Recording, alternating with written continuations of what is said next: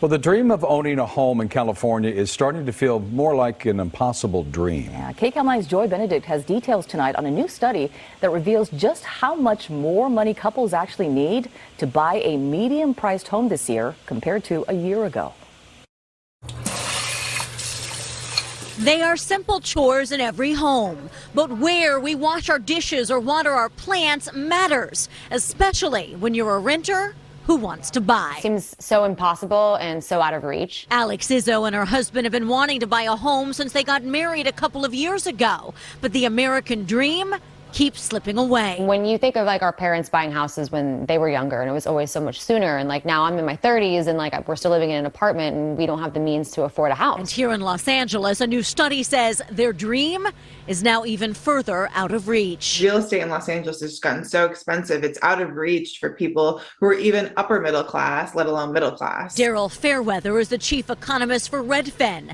It just released a new study showing the income you need to buy a median-priced home in LA soared 40.7% in 1 year, meaning in 2021 you needed an income of $157,000. Now you need $221,000. It used to be that if you went to certain neighborhoods, you can find a deal, or if you went with a condo, you could find a deal, but there are just so few homes that are affordable to somebody who is trying to buy there first. And if you think LA is bad, the annual income to buy in Anaheim is now at $254,000. San Jose, $363,000, and San Francisco, $402,000 of annual income.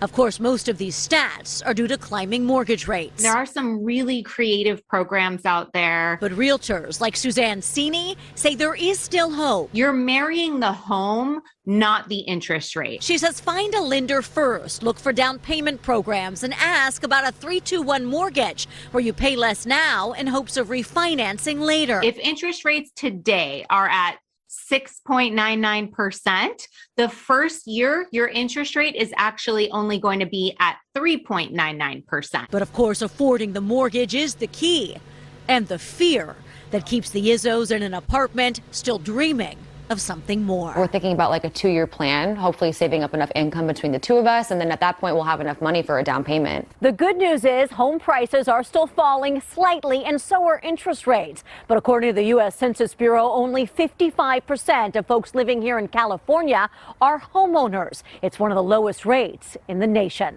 From Studio City, I'm Joy Benedict, KCAL9 News.